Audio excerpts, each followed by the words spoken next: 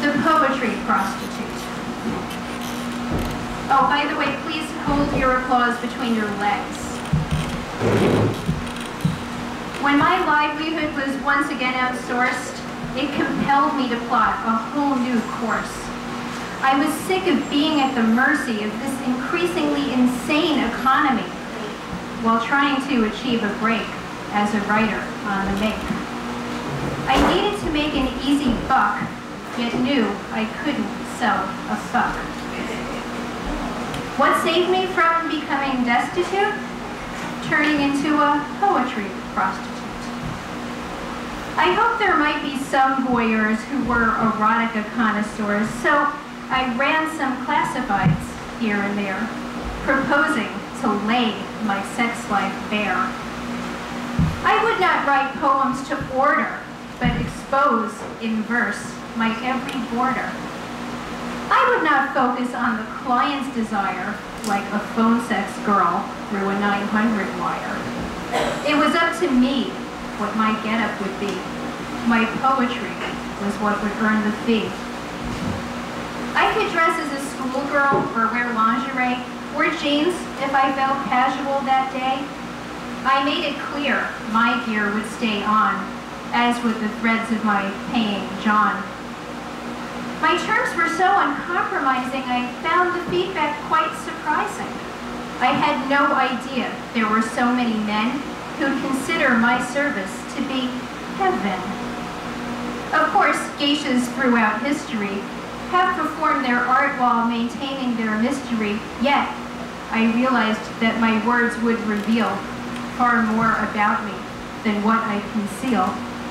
This was both the bait and hook, my passion as an open book. For me, it's all material, especially what's raw and real.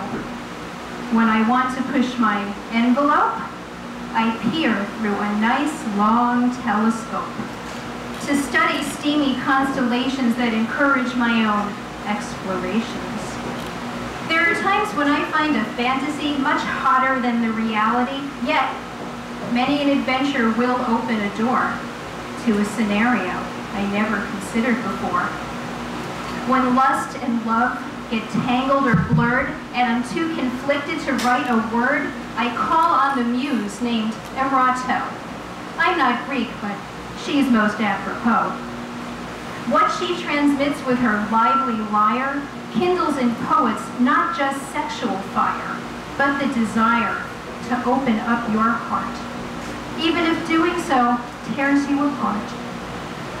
In case you find it unsavory that I recite poems for money, even if you wear a business suit, you're probably also a prostitute.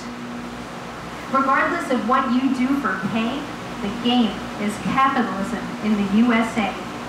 And since my work is appreciated, I do not ever feel degraded. In fact, with each successive outcall, I feel increasingly powerful. Johns pay for the privilege of hearing my verse. In this city, a writer could do a lot worse. I read to young dudes and those who are older, warm-blooded ones and those who are colder. Some of them look like they get zero action. Others are bursting with virile attraction.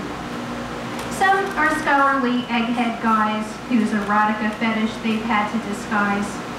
Some find my odes to be so potent, they rush to set up another appointment. Some confess to me that their girlfriend or wife cannot write poems to save her life.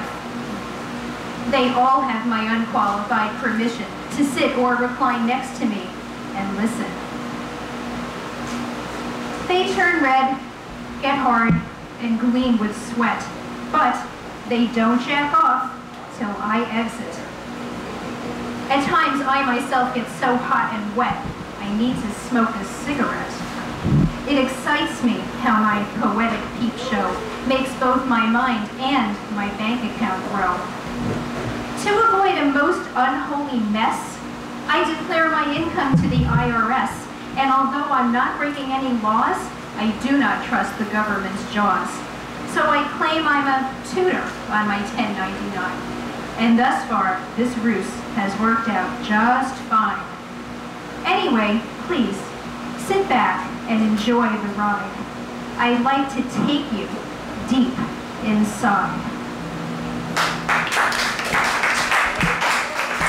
Okay, I'm going to read another couple poems from the Poetry Prostitute.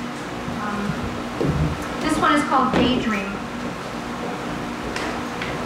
Your bedroom mirror appeared in my daydream in a museum special exhibition.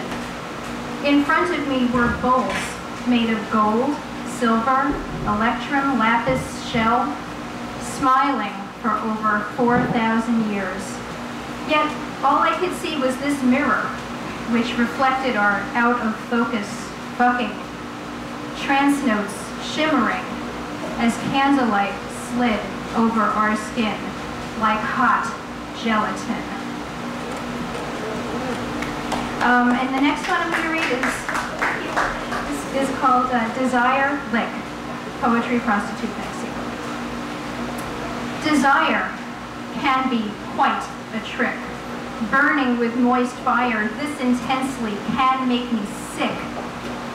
It sure beats sinking into a quagmire, but wanting to feel his heartbeat in his prick and to have him in turn play me like a pliant lyre is something that, in my mind, surpasses an everyday kick. Lick. Sure, I do this lollipop worship to inspire, and of course, to make him harder than a brick. I admire the high voltage coursing through his wire. His rapture moves me profoundly, and I want it to stick. But on the other hand, it is safe to say, it will not raise my ire if it turns out that he loses all control and shoots off real quick. A throatful of his hot shotgun seawater just might make me soar that much higher. Okay, I'm going to read one more poem. This one is called Instructions. Please get out a pen and paper. Stroke me, smoke me. This is only one theme. Skewer me, maneuver me. Serpentine entrance, Eden dream. Follow me, swallow me. Churning sea cream. Screw me, tattoo me. Be all that you seem. Mark me, spark me. Electric steam. Play me, slay me, razor-edged gleam. Craze me, glaze me, if you're on my team. Ride me, come inside me with your marble-hard beam. Drown me and crown me, your playmate supreme. Thank you. Thank you.